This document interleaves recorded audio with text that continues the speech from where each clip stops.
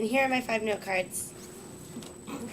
My freshman year in college, a young woman that's alum of my sorority came to talk to us all about something that happened to her that was very real and very scary. Shortly after she graduated college, she noticed that she had a growth on her rear end. After a while, the growth kept getting larger and larger. She eventually went to go get it checked out, and unfortunately, it was in fact stage 4 melanoma skin cancer due to tanning and tanning beds. She was very fortunate and lucky, though, because there was enough fat tissue in her rear end to where this cancer did not spread. Others in this case are not so lucky. Since I moved into my sorority house, I have noticed how many people actually tan. I would say about 80% of the girls either tan on a regular basis or for special occasions. I would be lying if I said that I never tanned on special occasions for dances, date parties, etc. On July 1st, 2010, there was a new federal law of a 10% tax on tanning that went into effect. The 10% tax was put into effect mainly so it would discourage users from actually tanning. Today, I would like to talk about how I think that the 10% tax on tanning could potentially save many, many lives. It is no secret that tanning beds increase the risk of skin cancer. There are studies show that tanning increases skin cancer by 74% due to ultraviolet rays. The more times a person tans, the more susceptible they are to getting skin cancer. Studies show that too much ultraviolet rays can be absolutely fatal. According to the Skin Cancer Foundation, the International Agency for Research of Cancer moved tanning beds to its highest cancer risk category. Data from Centers of Disease Control say that for every 10% price increase on cigarette consumption drops 3 to 4% on young adults and 6% on young people in general. They hope that this 10% increase on tanning will have the same effect. On average, over 1 million people use tanning beds each day. Not only do tanning beds increase risk of melanoma, they increase by 2 times, developing 2 of the most common forms of skin cancer. I think that this can be a dirty habit, and I believe that this 10% tax increase is a great idea. I think that it'll hinder people from purchasing tanning packages and hinder them from tanning in general. It's no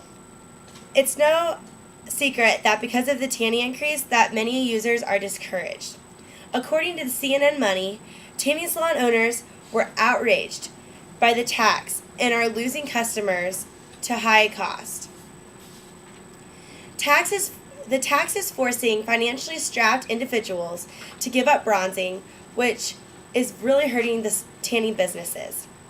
The vice president of the International Smart Tan Network says that the tax is going to close salons, and there's an estimated 1,000 salons forced to close their doors. According to UPI, an online journal, Dr. Bruce E. Katz, the educational spokesperson for the Skin Cancer Foundation, says that the tax will hopefully serve as a double purpose. Not only will it raise billions for health care, but it will give people one more reason to protect health by avoiding tanning salons. There are side effects other than cancer involved with too much tanning.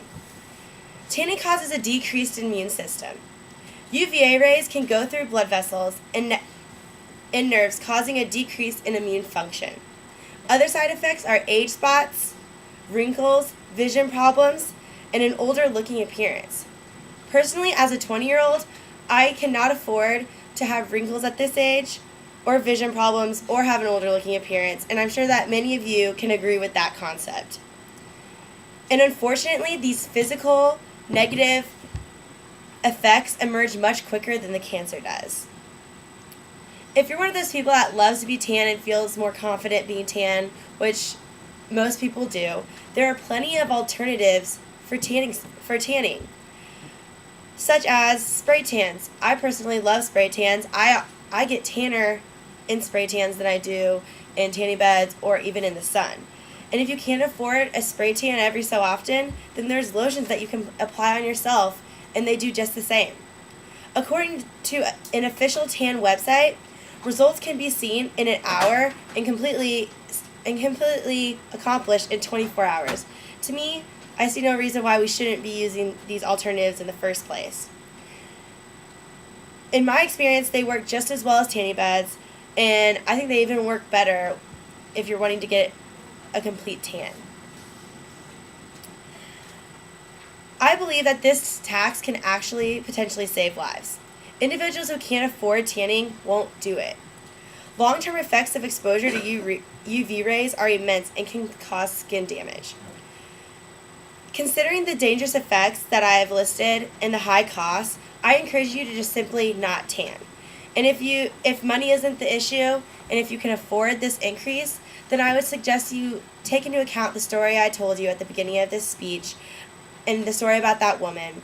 And the next time you step into a tanning salon, just please don't do it. Thanks. Hold the file.